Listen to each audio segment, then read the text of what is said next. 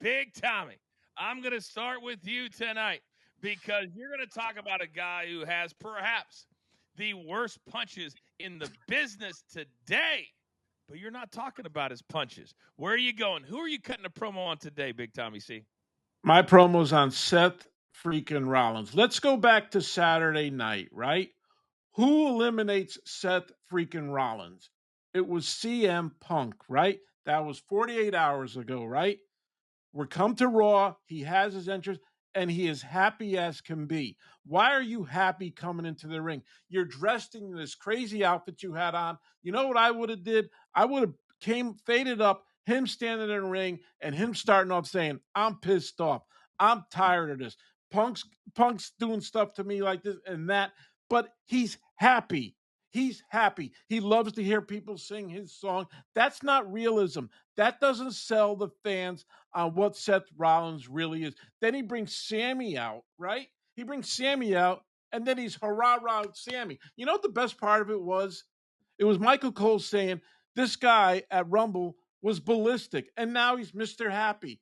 That's some crazy stuff. I don't know if people talk to him about this, but why would you come out happy after you got eliminated at the Royal Rumble by your nemesis, CM Punk? I just don't understand what his thinking is.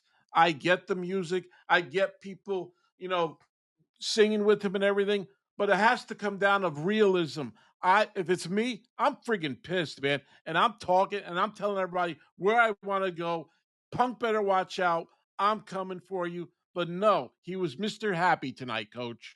All right. Well, it's all about details, and you don't even have to be a genius. I mean, he's been around for well over a decade. He needs to be thinking about this kind of stuff. And tonight, he just did. It was a complete disconnect. When you're tearing out Roman Reigns on the outside, you're fighting with CM Punk. There's no way you're coming out. And then he didn't even talk about the Rumble to the very last thing in the promo before he brought in Sami Zayn. That should have been the first thing of why he was pissed off. Pay attention to details. Seth Rollins, you're better than that. All right. Now, I love when Gabby cuts me a promo. I have no idea where she is going tonight. Gabby, who are you cutting a promo on? I think I got to be cutting a promo on my guy Logan Paul tonight because the man comes out number 30 at the Royal Rumble. You had to hear in the arena when people are like, oh, who's coming out at 30? Is it Randy Orton? Are we getting a return? Are you whatever? And it's fucking Logan Paul, who everybody hates so much. And he comes out. Not only does he come out, he eliminates AJ Styles, who everybody's excited to see. He's just so hated, pure hatred for this man. We see him again on Raw tonight. He gets the distraction, helps the New Day so that they beat Rey Mysterio, who he has to have a match against next week to qualify for the Elimination Chamber. He is just hitting on the best cylinders as being this massive heel. He is just doing it correctly. It's so natural for him. Everybody hates him for the right reasons. He's not getting booed just because he's getting booed like poor Charlotte that we're talking about. He's getting booed because they just hate everything about him. And because of Logan Paul is why we see things happening like what we saw with iShowSpeed, who literally that bump he took at the Rumble was one of, I had friends that were talking to me about it today, sending me the video that don't watch pro wrestling, Coach. And that's what is needed for these things.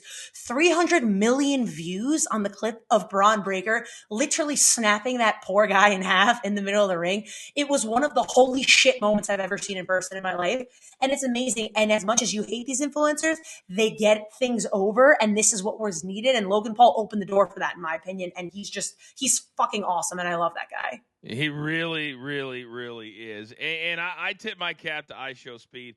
He couldn't. If you looked at Logan Paul's Instagram page, when iShowSpeed got tossed by Otis onto the announce table, he took a huge slice out of his leg. I'm surprised he didn't break his arm because when you take a spear.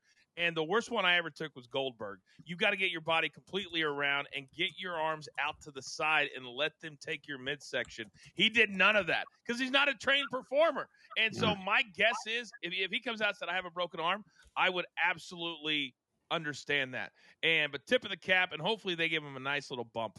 He should get a nice little check for that from the WWE if he did. 300 million insane. Plus views on that. Absolutely insane. All right, I'm going to cut my promo tonight on the creative team, on Triple H, on the what are you going to do now? Because you have John Cena, come out at the press conference and for no reason whatsoever says, I'm going to the Elimination Chamber and I'm coming to win. I've earned it. 23 years of loyalty. I've earned it. I get that. And he's well over 40 years of age. I get that too. But guess who's never main evented WrestleMania like John Cena has done on several occasions? CM Punk. And you can say what you want, but since he came back from AEW, he has been a model citizen, and he has gotten Drew McIntyre over. He's gotten Seth Rollins over. And if anybody has earned it or deserves it, it's CM Punk. So what are you going to do now, WWE? You got Elimination Chamber. Both dudes are in that match. Only one can win and go to WrestleMania. You've got to decide. Would you rather see John Cena get number 16, 17, whatever he's at? Or would you rather see CM Punk headline WrestleMania against Cody Rhodes, which something 5 years ago when they were both in AEW, we never thought we would see? But you've done it to yourself. Where are you going to go now? That is the question. Raphael, let me come over to you. Who do you think ultimately they're leaning towards when it comes to, because to me it's no contest. With no Drew McIntyre there tonight, he's either in the doghouse or he's just pissed. So to me, it's got to be about CM Punk and John Cena. Where do you think they'll head with Elimination Chamber? I think CM Punk. I think they want to see the AEW rematch of CM Punk and Cody Rhodes in WrestleMania. I think that's what they're going to lean into. But I feel bad for I shouldn't feel bad. You're 100% correct. They're in that situation because they're the ones that put themselves in that situation. So I'm hoping to see another organization rematch of Cody and CM. The other thing tonight, Gabby, that we didn't hear anything about, we didn't see, we didn't hear from, and this is why the Kevin Owens thing is so crazy. Cody won the match. Cody was standing on the announce table up like that, but yet Cody was so hurt he couldn't go to the press conference. But the guy that he slammed through the ladder shows up tonight on Monday Night Raw. Have you heard anything about the nature of the injury to Cody Rhodes, like the real nature of it? No, I mean, we haven't heard anything. So I'm curious to see what they're going to say about that moving forward. He is on SmackDown, so hopefully Friday there'll be an update. Maybe they'll do, breaking. Nick Aldis will break some news ahead of SmackDown, like they like to do on social media or something like that and talk about it. But we don't know. And like you said, it is wild that Kevin Owens showed up on Raw tonight. I'm still shocked by it. It doesn't make any sense. He shouldn't have been on the show, but I don't know, and I'm curious to see what they're going to say. Tommy, somebody in the chat said, don't you forget that Chad Gable got shot in the head and showed up the next week. I think sometimes, and this was an issue when I was there, when you're on 52 weeks a year and you're like, if you guys met the writing team you'd be amazed. You'd be like, wait, that kid's 22, that kid's 23. They write like they're writing a movie.